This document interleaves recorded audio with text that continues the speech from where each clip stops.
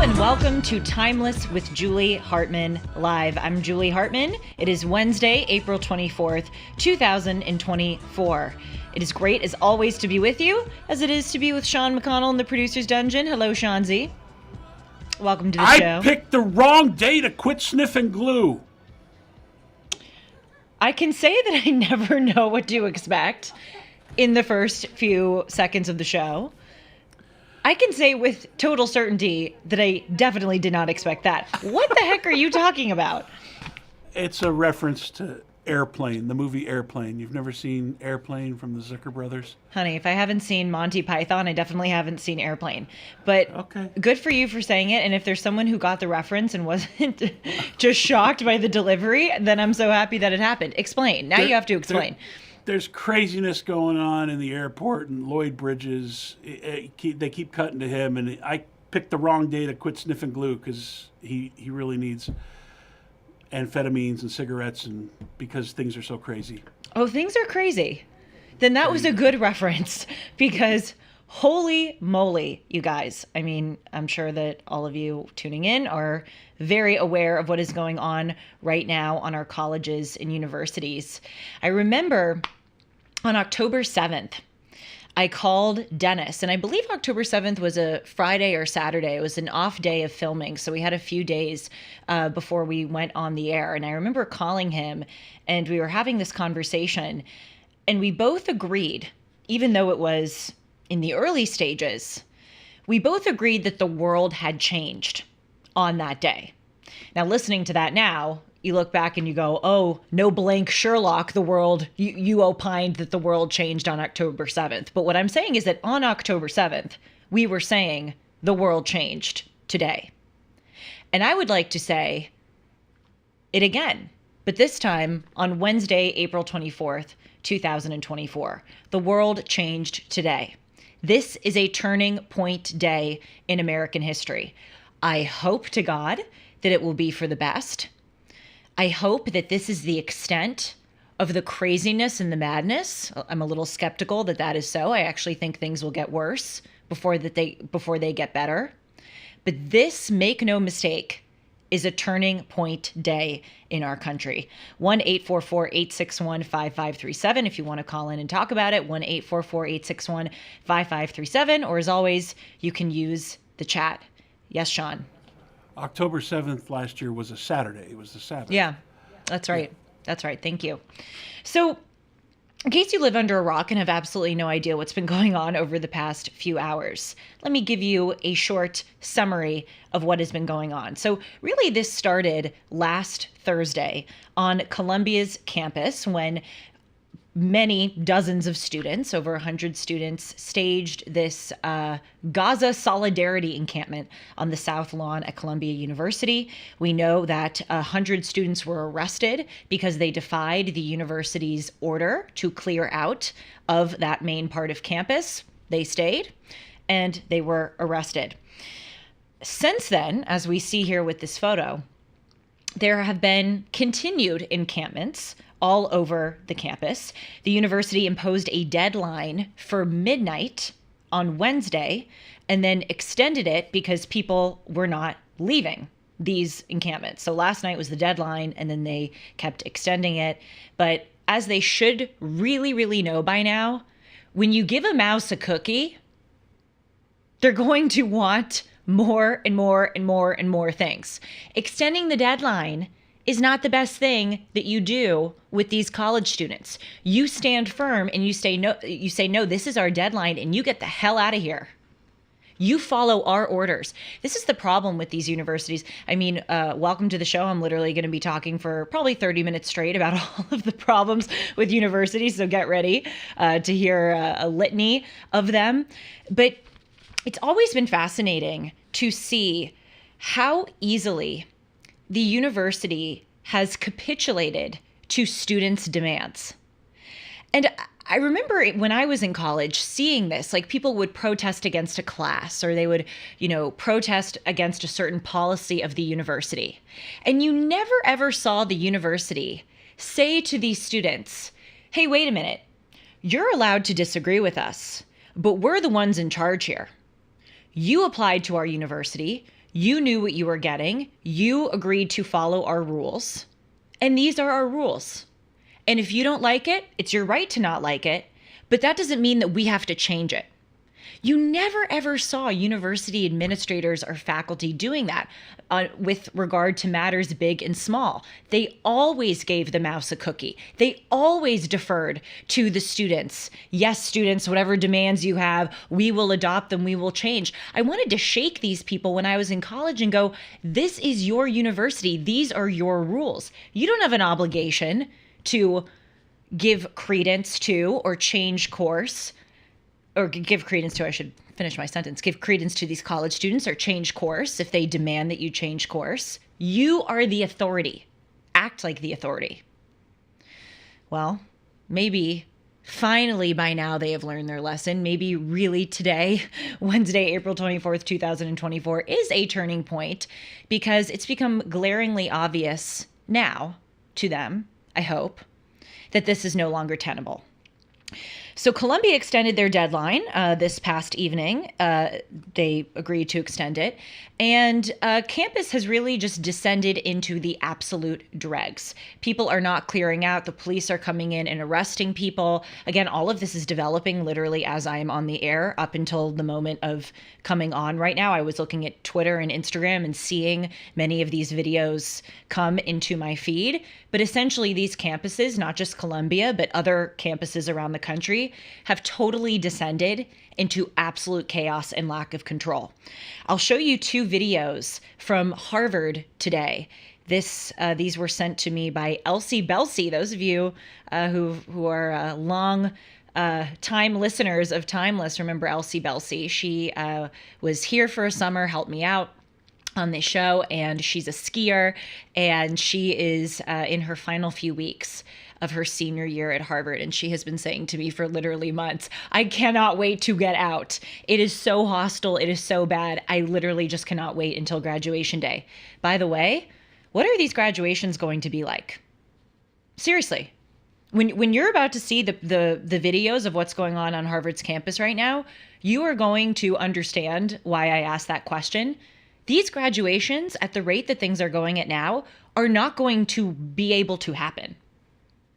You cannot gather all of these people, thousands and thousands of people, into Harvard Yard or into these places where these universities have graduations and expect them all to behave with all of this going on. So this is a few hours ago. This is the first clip. Elsie sent me this as she was walking to class. This is what was going on in Harvard Yard.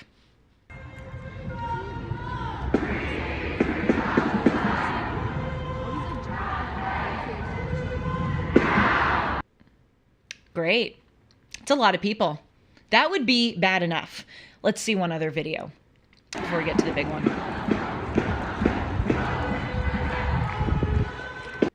By the way, that was my freshman year dorm right there at the end that you see. So this is Harvard Yard. This is the center of campus. This is where all of the freshmen live. And they were staging this very loud protest. Okay, not great. Not amazing, to put it lightly, but, seemed to be somewhat out of control. Or, somewhat in control. For however woke and rancid that those, watermelon balloons were. You saw there in Harvard Yard, there was the watermelon balloon, and the watermelon has become a symbol. Look it up. I can see Sean is looking at me with skepticism. The watermelon has become a symbol of the eradication of Israel. However woke and rancid those videos that you just saw were, it did seem like campus was somewhat under control. Well, let's look at what has percolated in the past hour. This is a video from an hour ago.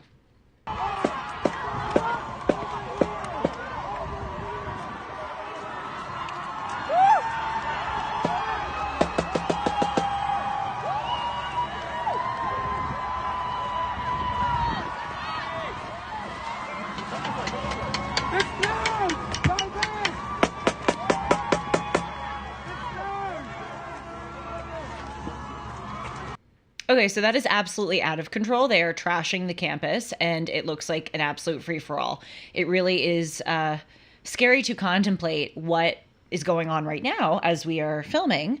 But I'm sure that in the coming hours, we're going to see a lot of footage from these universities all around the country of things like that, and perhaps even worse. We know that there have been student arrests over the past few days, not just at Columbia, but at other universities and colleges around the country for people who would not clear out of the libraries or of the campus centers when they were told to. Such universities include the University of Minnesota, NYU, Yale University. We played a clip of students being arrested, taken out of the library, California State Polytechnic University, Humboldt University, etc. So this is just the beginning. We are going to see more and more of this. I said this on the show Monday, and I want to repeat it. A few weeks ago, I was having a conversation with a very close friend of mine about the mounting insanity on these college campuses. And we were looking at, these videos that have been circulating. We were going, wow, things are getting really, really bad. And we were contemplating how all of this was going to shake out. Because at the rate that it was going towards, something was going to metastasize. Something was going to happen, and very starkly.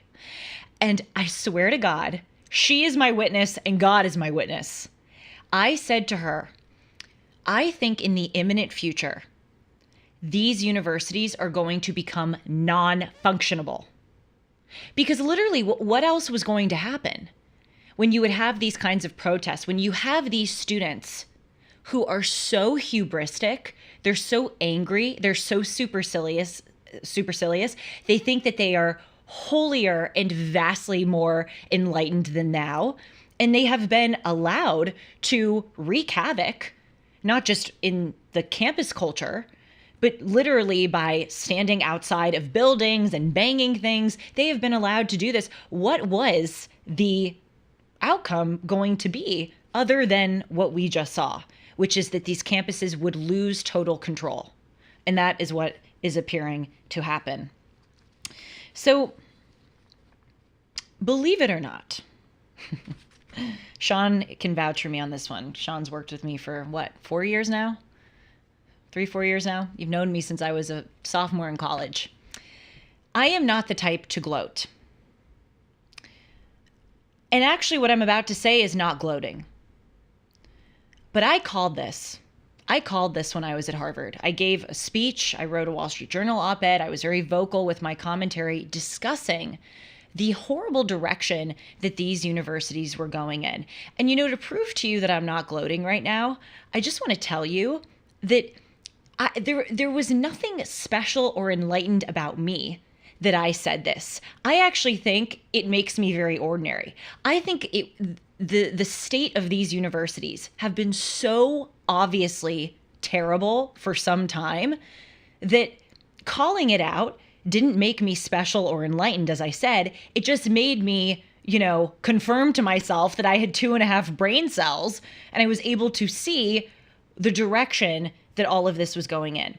But I want to play for you a part of my senior speech that I gave on this subject of campuses allowing crazy woke ideas and entitled behavior to permeate.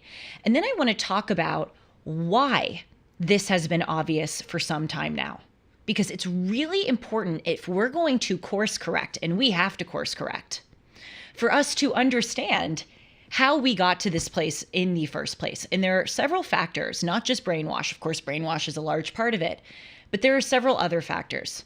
So let's watch a, what color was my hair at that point? Brown? That my hair was so bad in that video. Let's watch a 20-pound heavier, brown-haired, senior year version of me.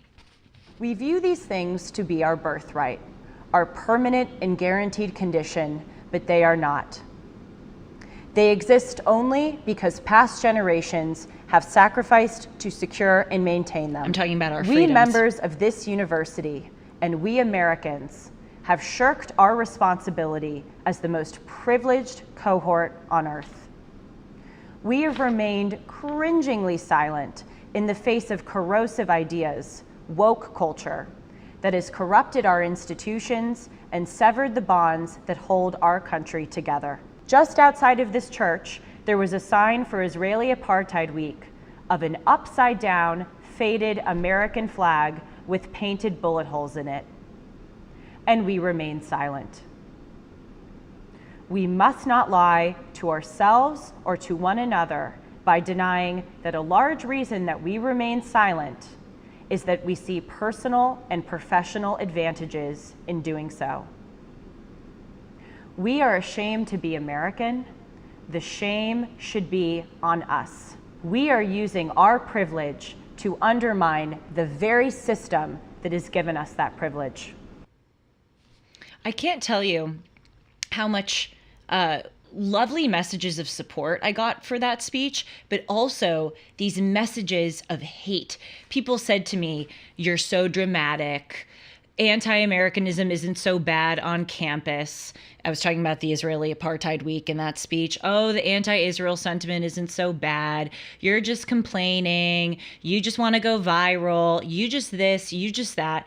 It's like, look at where we are now. Again, that girl in the video was no more smart or enlightened than any other person. She just had the ability to see what was right in front of her. And all of us need to be very aware now.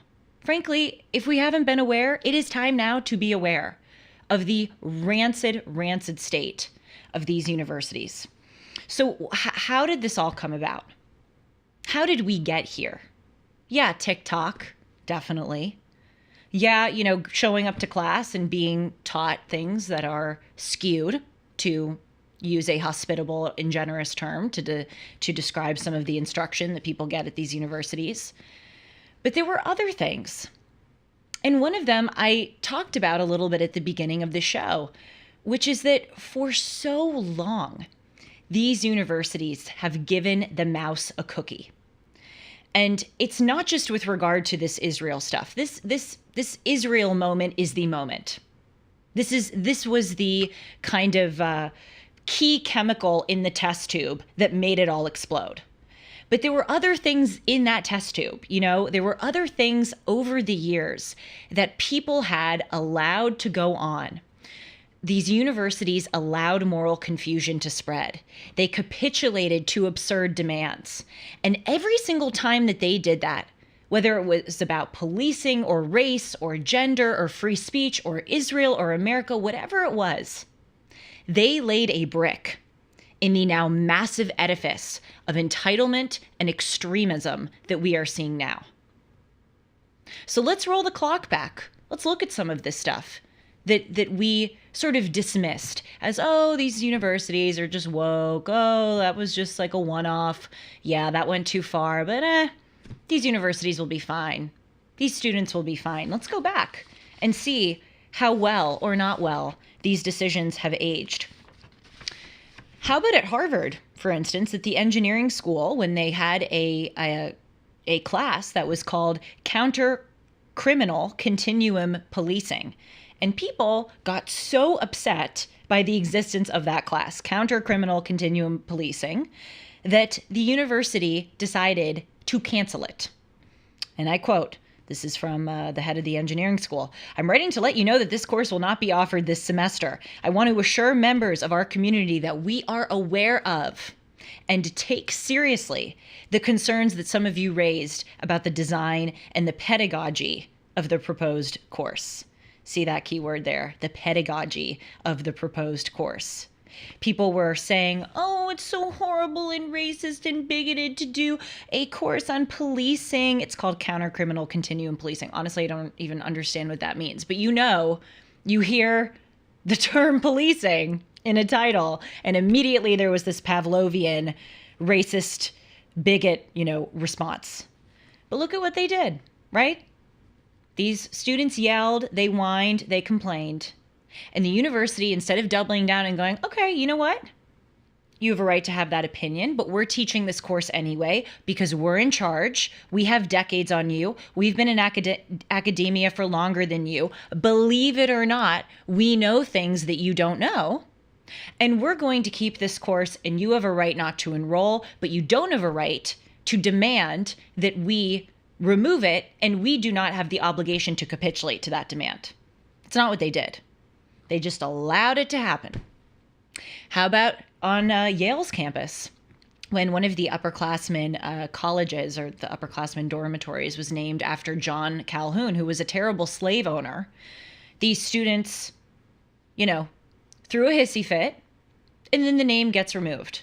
By the way, how fraudulent, because the name Yale is named after an individual who participated in the slave trade. And actually, in one of the art museums at Yale University, there is a picture or a painting, of the founder of Yale, and he is pictured in this very weird way next to a slave. No one wants to get rid of the name Yale, right? Even though that person was tied to the slave trade, because people want their bumper stickers, they want their sweatshirts, they want to carry the gravitas and the prestige of the name Yale. But then they want, Calhoun College removed. These individuals are not consistent. These individuals are not operating out of principle. If they did, then they would advocate for the removal of the name Yale as fervently as they advocated for the removal of Calhoun College. They are not operating based on principle.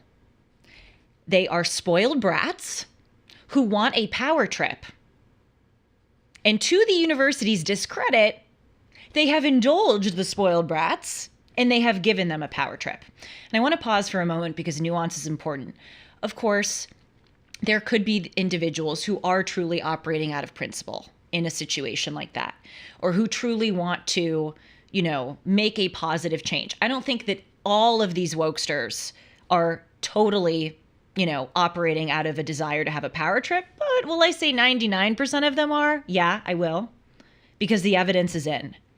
Also, the evidence is in the sense that many of them never had any kind of humility, On this show a few weeks ago when it was the Oscars, or maybe that was a few months ago.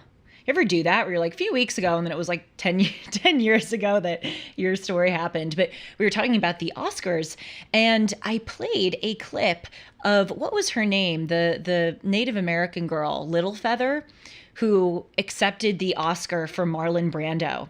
And she got up there, we played the clip on the show, and she had such humility and grace, even though she was protesting. And she got up and she said, "I very much hope that I'm not bothering you, but or I'm not disrupting this evening, but I come representing Marlon Brando, who will not be accepting the Oscar because of the poor treatment of Native Americans. Thank you all very much for listening. Goodbye." Okay, you can agree or disagree with the decision to protest the Oscars, the decision to do something like that, but no one can deny that woman was very humble and very graceful and had a kind of, just to use the same word, humility in the way that she was protesting. And it seemed, not knowing this person, obviously, that she was primarily committed to the cause and not towards bringing attention to herself. We see with the way that these woke people act, not all, but many, it's the opposite. They're so obsessed with themselves, they're so self-righteous, they're so loud, and they're so angry that they really make the whole thing about them. And the cause is just kind of a stepping stone for them to get more attention and more power and more praise and more prestige. So we'll go on to some more examples. Literally, though, these are just two of hundreds, thousands of examples. They've allowed lies and lies and lies and lies to spread, moral confusion to spread on these campuses for some time now. People don't quite understand the link. People go, oh, well, we have to blame these classes which teach anti-Israel sentiment or which don't give, the full story of what's going on in the Middle East. Yeah, those classes are the problem. But more generally, when you are on a campus where they allow lies to spread about one issue, then it shouldn't be shocking when lies are spread about other issues. A lie builds on a lie, builds on a lie, builds on a lie. And we've been seeing the brainwash and the sludge just circulating in a lot of different courses and in a lot of different arenas. To give an instance, at Princeton University about a year ago, they had a course about free speech. And in the course description, they said that, quote, the far right in the United States of America uses free speech to bring about hate speech. What do you expect from a student body who's taking courses like that?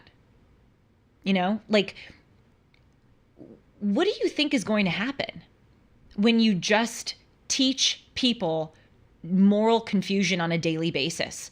In so many of these different courses, like literally the wiring of these individuals' brains has been reconfigured to be so morally confused that no wonder when it's with regard to other issues, it's metastasizing into the way that it is now.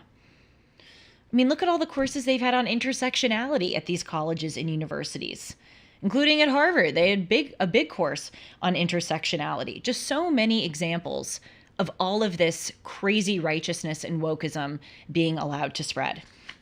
So that is the first thing, that even though when I was on campus, the moment wasn't the anti-Israel moment, one could see the many different ways that stuff was brewing and moral confusion was spreading, and then it wasn't going to lead to anything positive.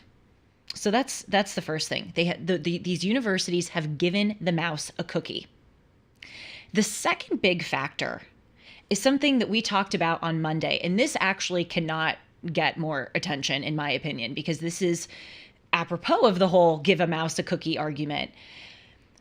For literally years, these universities have not only capitulated to demands, have not only given the mouse a cookie, but they have praised the mouse for eating the damn cookie and then wanting the glass of milk and spilling the glass of milk, or however the story goes. In other words, they have like done this weird self-flagellation of like, thank you for protesting. Thank you for being self-righteous. They've praised individuals when they have done this. And obviously on a case-by-case basis, maybe sometimes, you know, a protest or a action was warranted. You can't paint all of these situations with one broad brush. But there was this environment of each time that students had a sit-in or a protest, they would be glorified for it. They would be called, you know, the greatest generation of leaders for their resistance. Let's watch then Vice President Joe Biden, who delivered a Class Day speech at Harvard University in 2017, praising this very thing. In order to fill your destiny, class of 17, it's absolutely essential for you to engage in the world around you. Engage just like you did here on Harvard's campus. And I learned about you lying down in front of Memorial Chapel to insist that Black Lives Matter, or seeing Harvard University dining service workers through their strike, standing with them in a fight for better health care, or joining the hundreds of thousands who came together to take part in a women's march, or the science march, or the climate march. You've got to, you must maintain that determination and commitment to making things better once you leave this campus, because as I said, you're the most engaged, tolerant, talented generation in our history. Okay, like, again, what do you expect when college students are hearing things like that? And of course, with regard to some of those instances, you know, it could be noble. I don't know the specifics of the Harvard University dining services, but I remember how hard those individuals worked. I remember that a lot of them needed more pay and needed more benefits, and sometimes those things are good. I'm not painting all of this with one broad brush, but I hope you see the greater point here, which is that for years, we were just stroked. You know, our egos were stroked. You're so enlightened. You're so tolerant. You're so great. And look at all of these things you did. You lied down on the grass. Good for you. I, the Vice President of the United States, am proud of you. What a leader like that needs to be saying to college students is actually the opposite of you're the best. I actually think a great commencement address would be, you don't know bleep. You don't know bleep, Harvard students. You think you do, and you may know a lot of facts, and you may be very hardworking, and many of you may be good people, and you may have a lot of potential, but you're 22 years old, stupid kids, and you don't know all that you think you know. And so you got to take a nice big slice of humble pie and you have to learn. You've got to shut up. You've got to work hard. And you've got to go out into life and take some beatings. And then maybe you can have an opinion on what the university should do about climate change. Well, what a great address that would be. But of course, that doesn't happen, right? Let's watch Hillary Clinton at Yale in 2018. We're living through a time when fundamental rights, civic virtue, freedom of the press, even facts and reason are under assault like never before. But we are also witnessing an era of new moral conviction, civic engagement, and a sense of devotion to our democracy and country. So here's the good news. If any group were ever prepared to rise to the occasion, it is you, the class of 2018. You've already demonstrated the character and courage that will help you navigate this tumultuous moment. And most of all, you've demonstrated resilience. How the hell has the Yale class of 2018 demonstrated character, courage, and resilience for the alleged moment that Hillary Clinton was saying? I just said Hillary Clinton like Joe Biden. Hillary Clinton. We all have our Joe Biden moments sometimes. Seriously. Oh, because they protested Donald Trump, Orange Man bad, when he beat you? When you're stroking the egos of these people so consistently, no wonder they have the hubris to go, what were they doing there on Harvard's campuses? Throwing like their sheets. Like, did you see what they were doing? They were like taking, it looked like sleeping bags and sheets and suitcases and literally just like throwing it all around. Yeah, no wonder when you're told you're the best for your temper tantrums, they're going to continue their temper tantrums and expect that you'll continue to tell them that they're the best. I'm going to pause for a moment, read the chat. Brady, I appreciate your comments, and I'm glad you enjoy the show. Sean, what do you think? The mouse a cookie, the praising. You agree, disagree? I feed my mouse cheese. He prefers cheese. I've never fed my mouse a cookie. I eat the cookies. You did call this a while back, and you're so smart that I've just taken it for 2 days when you say the word non-functionable, but it's not a word. I know. You just made up the word non-functionable. Well, and I didn't listen to everything you just said just to say that. It's just been... No, I know it's I had not to a look word. it up. So you've coined the phrase non-functionable. I'm proud. Very Much proud to like- have done it. Give the mouse a cookie. Yeah, that, by the way, like, sorry to go on a total sidetrack. Where did that even come from? Do mice eat cookies? I mean, I guess they eat everything, but I don't know. Well, yeah, I'm sure they would eat a cookie. But cookies are so valuable. Why would you give a mouse a cookie? I see all these things. When I see Biden and I see Hillary placating college students, it just makes me ill. yep. Whenever I see adults placating children Totally. for votes or just to hear their message. I've never seen an adult who's strong in their convictions need to hear anything come back from someone younger than them. Yeah, it's a very good point. Very astute. It's weird to me. And number two, all of this reminds me of Yuri Bezmenov and what he Yes. said, and how 3 generations ago in the 60s, everyone was protesting. I think that was the high water mark of protests. And ever since, people have been trying to replicate that, and it just falls short and is meaningless. And here we are. Yes. No, that very, very astute comments. Like, being an adult is ticking kids off. Being an adult is not predicating, your worth on what the kids think about you. Being an adult is being the bad guy. And as someone in the chat whose name I'm too blind to see from afar has said, there are no adults left. That's absolutely true. I mean, look, it's very easy to sort of go down the rabbit hole of all of the things that we need to change. We do have to go down that rabbit hole.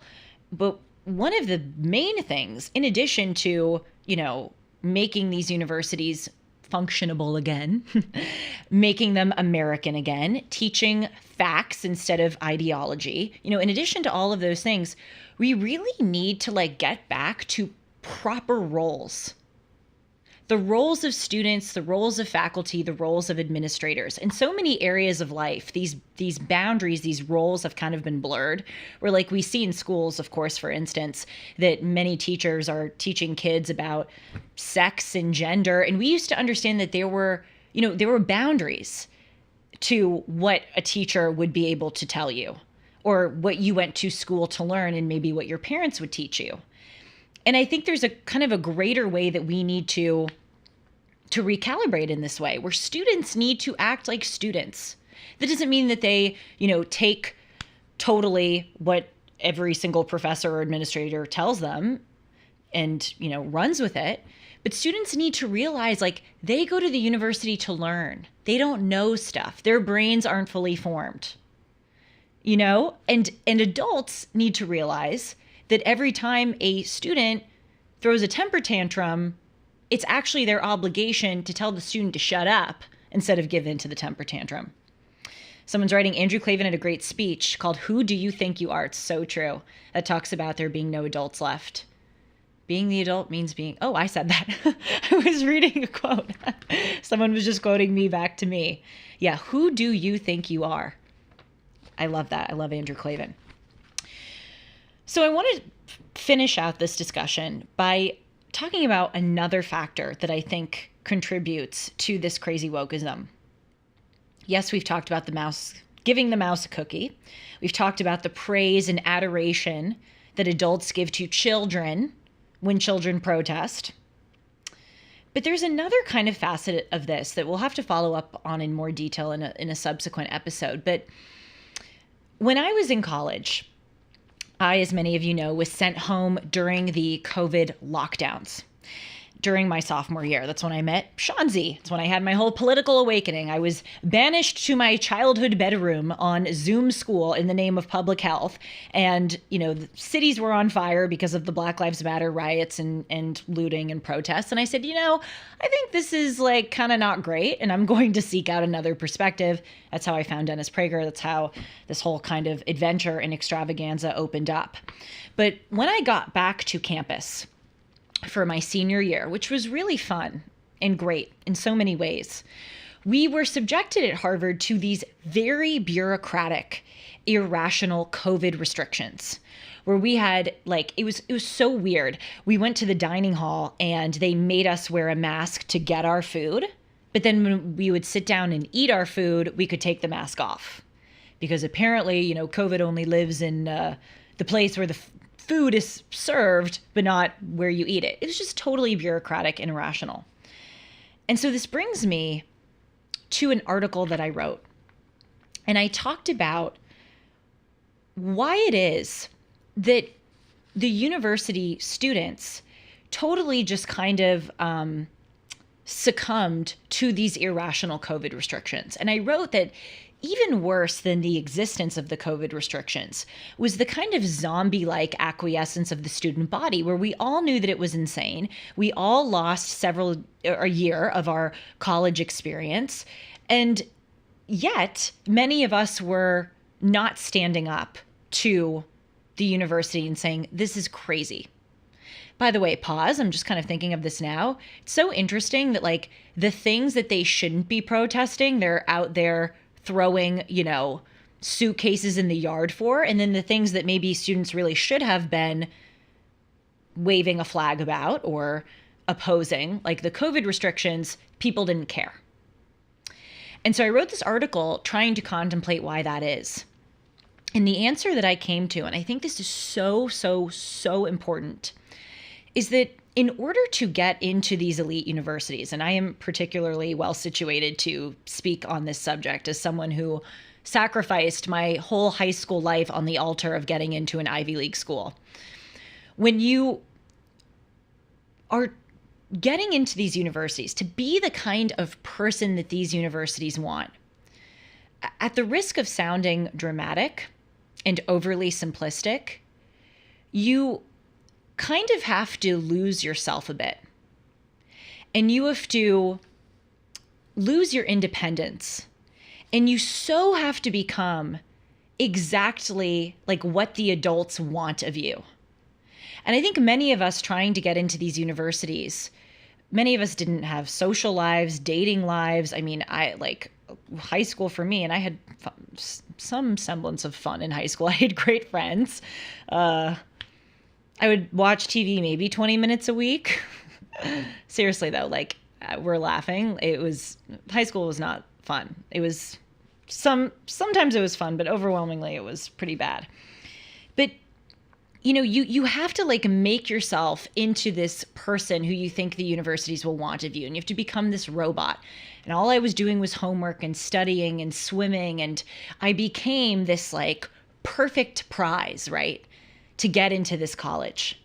And it wasn't all for naught. I'm very happy that I did it. I've become a great hard worker. I had a great experience at Harvard despite a lot of the madness. I'm not saying that all of it was bad, but these universities attract kinds of students who, again, sort of sacrifice their independence in order to get into these universities. And many of us are sort of confused about what we really want, what we really believe in, what we're willing to do to get those things in life. And that sort of makes us sitting ducks for the next trend. It sort of makes us like highly impressionable people who, if we're willing to totally twist ourselves into a pretzel to get into a university, once we're there, we're very willing to be kind of bent and shaped according to the time and season of the moment.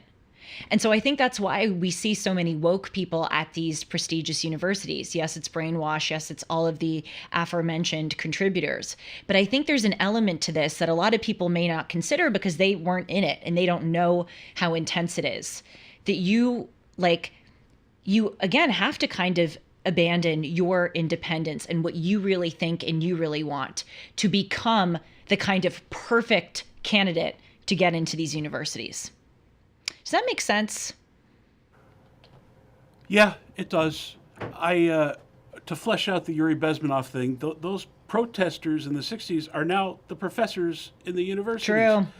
And I remember being told when I was growing up that I had to learn cursive or I had to learn how to type in order to function in the adult world. But the joke's on me. I got to the adult world. There is no adult world. I thought you were going to say there is no cursive in the adult world. Well, there isn't. I mean, anyone that writes in cursive is over 60 at this point, right? I mean, it would be a novelty if someone under 60 writes in cursive. So true. Or that you have to type. There was all these things. I was promised the adult world. There is no adult world. I don't know which is worse, Washington, D.C. or the universities.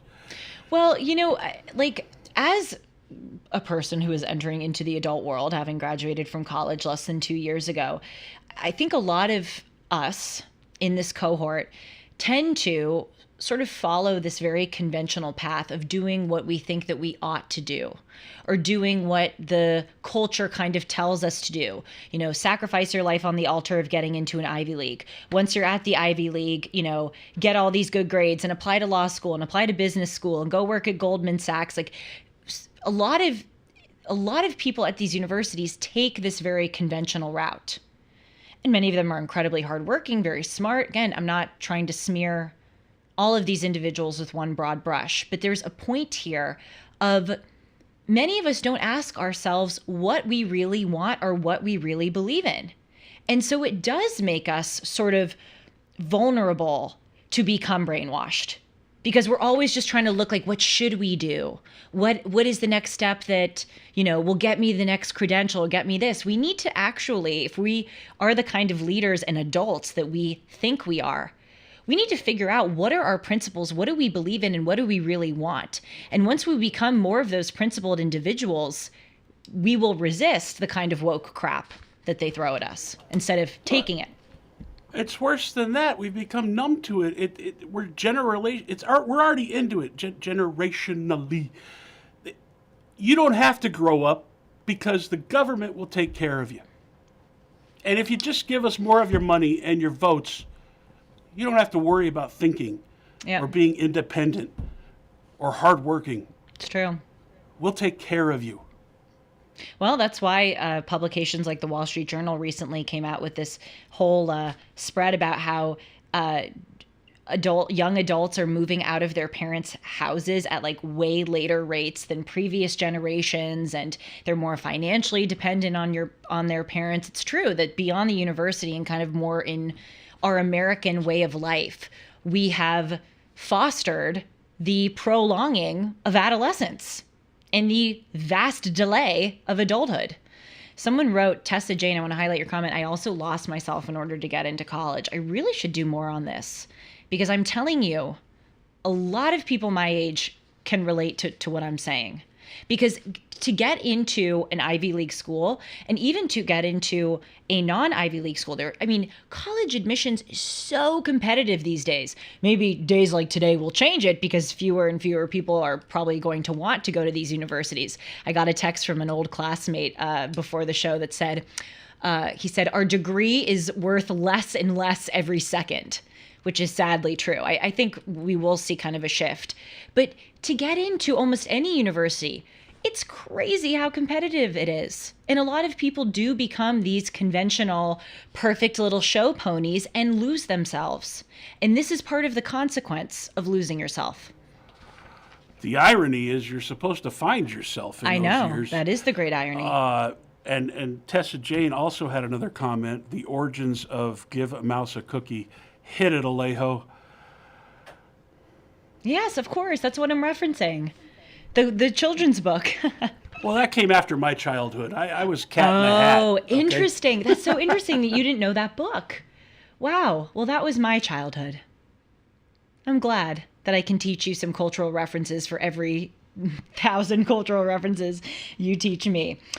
All right. Well, of course, talk about this way more and keep you updated as all of this unfolds. But mark my words, today is a day that things changed. Our country turned a corner today, and let's hope it's heading towards a better path.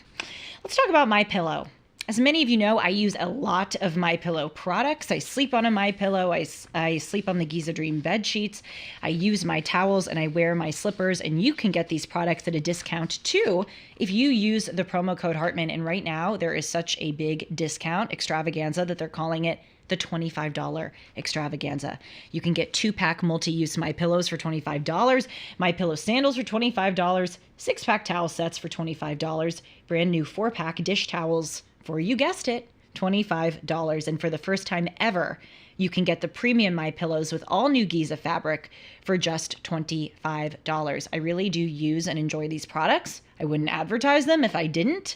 Go get them by calling 1-800-566-6745 and using the promo code Hartman, or going to mypillow.com and using the promo code Hartman. Just reading the chat here. Dennis once made this point, which I find interesting. In most schools, you're told that you're the greatest generation yet. In Jewish schools, you're taught that the greatest generations came before you. Maybe we all need to enroll our kids in Jewish schools then. Well, Dennis also talks about how the greatest generation failed to pass on their values to their children, and this is why we find ourselves in this mess. Yeah. I almost teared up yesterday when we were looking at this stuff, and I think about the people, the men and women and non-binaries that fought for this country against communism and Nazism and died for the freedom that is now being abused in this country. That's right. It makes me sick. And this is what it has turned into. This is a really, really sad moment that we're in, because we had every reason to be to have such healthy campus environments, and every reason to have good, principled, smart, interesting leaders. We had every advantage, everything working towards us, and we tore it down from the inside. We took something so beautiful and we just smashed it. I've said it before. This generation spray paints on the buildings that the past generations built. I like that. It's so true. Yeah, and spray paint's bad art at that. You're gonna spray paint on it, make it good. It's so bad. My fear is that it's gonna get worse. It's gonna get worse before it gets better. Well, you're probably right, and that's what I said at the beginning of the show. That's true, and it probably will. But you know what? Columbia just announced that they're doing hybrid classes for the rest of the semester. Brandeis, I saw on Twitter, extended its transfer deadline for students. I'm telling you, these graduations are either not going to happen or they're going to like be super dispersed. They're going to change the way graduations are done. It is going to get worse before it gets better, but hopefully it'll get better. All right, let's end on something, a clip that doesn't have to do specifically with the throwing suitcases in Harvard Yard, but is related to this. Let's listen to what our president, Joe Biden, said when he was asked about the metastasizing protests on college campuses with regard to Israel. Anti-Semitic protests on college campuses. I condemn the anti-Semitic protests. That's why I've set up a program to deal with that.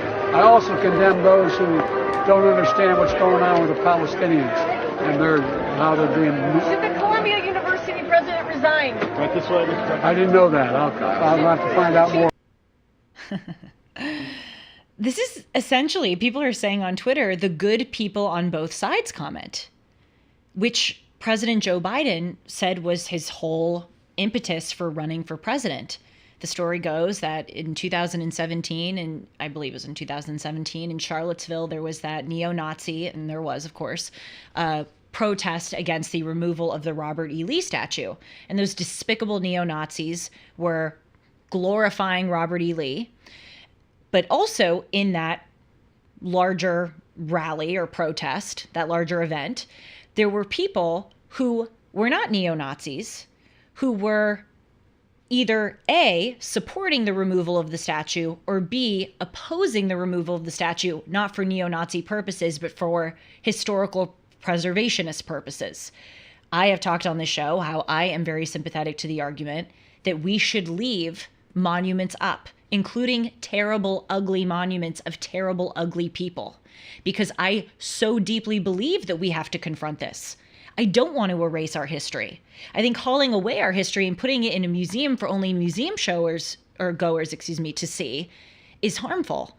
I would want a plaque with the Robert E. Lee statue. I'd want to keep it up. Anyway, you know the story that Trump allegedly said that there were good people on both sides, and the idea is that he was praising neo-Nazis. He did say that there are good people on both sides, but he was not talking about the neo-Nazis. He was talking about the two groups of the tear down or leave up the statue debate. And he actually, exact, yeah, sure, he said, please. Very fine people. That's right, very fine people. That's right. And in the speech, in that the larger speech that Trump was giving, where that line was pulled, the very fine people line, he explicitly said, I am not talking about the neo-Nazis. They are terrible people. I forget what exact word he used. I think he said despicable people, but he said, I am not talking about them. But still, that was taken and run with. And then the whole idea is that Donald Trump was saying that there were very fine neo-Nazis. Why is the same energy not being applied to Joe Biden's statement? By the way, I don't think Joe Biden said a bad statement. I think it was just kind of a nothing burger statement. But we're talking about a principle here, where if you are going to go after Donald Trump for saying that there are good people on both sides of a statue tearing down, problem, why won't you go after President Biden for what he said? And he basically just said that he said, I condemn the anti-Israel protests, but I also condemn the people who don't understand the situation of the Palestinians. He was very vague and cryptic, but the same energy is not being given to Joe Biden for a statement like that as it was given to Donald Trump. And on top of that, Donald Trump was accused of making a statement of praise to neo-Nazis that he didn't even make. And so, look, it's just, yes, it's another example of this craziness, put another, penny in the jar kind of example. People just tend to move on from it, but we have to commit these things to memory. And I think we really have to be more aware of them and more calling them out when they happen. Because the double standard in this country is nuts. Absolutely nuts. And if there is one source, I think, of consolation in this moment, is that things are so bad that there's actually a really big opportunity for people to cut in and really use this moment to call out the rancidness, the brainwash, and the double standards that have made us get to the situation that we're in now. So let's do it. Let's do it. What did he say there at the end? Joe Biden. Oh, that was the funny part of the clip. The reporter said something to him like, do you think the president of Colombia should resign? And Joe Biden goes, I didn't know that. He probably misheard. We can give the guy some grace. But it's just a funny Joe Biden moment. Any final thoughts before we bid you adieu, dear listeners? I'm asking you, Sean. Any final thoughts? I hadn't heard that. I'm sorry. I was referencing our president. Look, it's easy to compile all these incidents we see across the country and believe that the world's going to hell in a handbasket. We know that it isn't. We know that the good people of this country work hard every day. I feel like I say this like a broken record, but it's true. We get up and we function every day, and we just dismiss the nonsense because it's not in our backyard.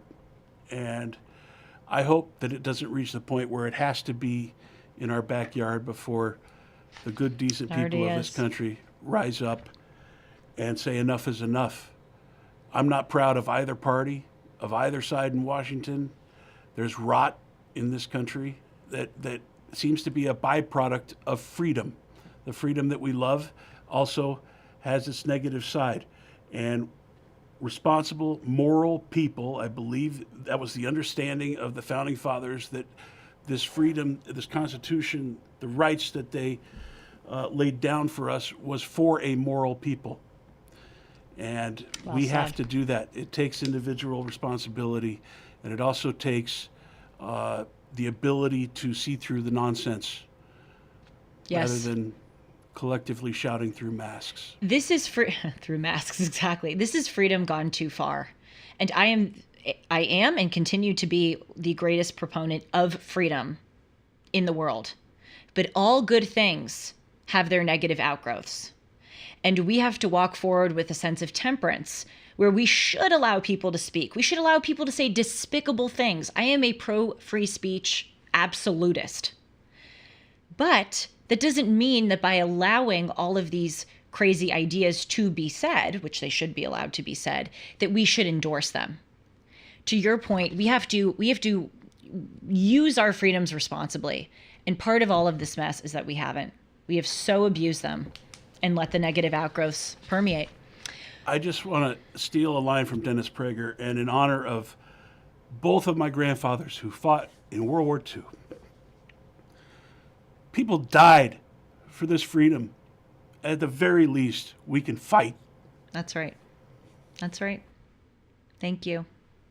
And thank you all so much for listening. I know that these are somber days, but we have a moral obligation to believe the good days are ahead and fight for those good days as those individuals fought so hard for us.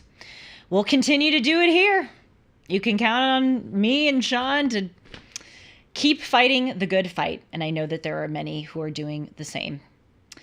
We will be back on Monday, live on this YouTube channel, 1 o'clock Pacific, 4 o'clock Eastern. Timeless with Julie Hartman Live is live Monday, Tuesdays, and Wednesdays at that time. And be sure to check out Dennis and Julie, which is every Sunday right here on this Julie Hartman YouTube channel at 1 p.m. Pacific, 4 p.m. Eastern. Stay strong, everyone. And as Bill O'Reilly says, stand up for your country. Be with you soon.